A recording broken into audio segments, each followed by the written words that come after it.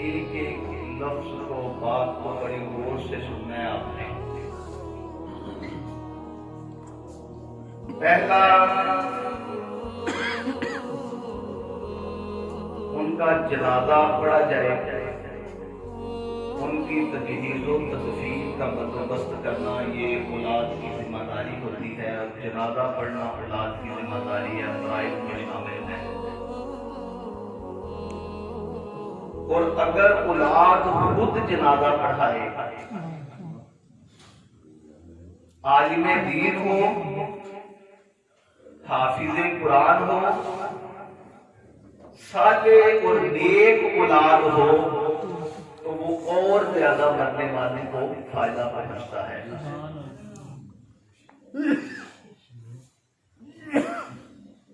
علامہ نبہانی رحمۃ اللہ علیہ جواہر البحار جن ایام میں لکھ رہے تھے،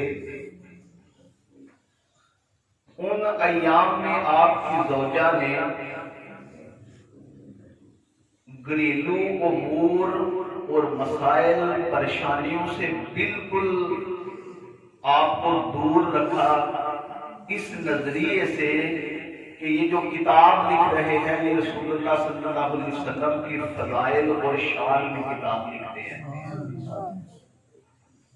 اس نظریے سے کہ گھریلو کوئی پریشانی، کوئی مسئلہ، کوئی الجھن ہو، دور ان سے رکھا جائے اپنے گھر والوں کو، کیونکہ یہ حضور کی شان میں کتاب لکھ رہے ہیں۔ تو کہتے ہیں کہ امام نبہانی کی زوجہ کو ان دنوں میں جو اہتمام کیا کہ حضور کے دین کی اشاعت کر رہے ہیں، جو اہتمام کیا، ان دنوں میں آپ کی زوجہ کو 4 دفعہ رسول اللہ کی زیارت نصیب ہوئی۔ ویڈیو کو شیئر ضرور کیجیے، ہو سکتا ہے آپ کے ایک شیئر سے یہ بات کسی کے دل میں اتر جائے۔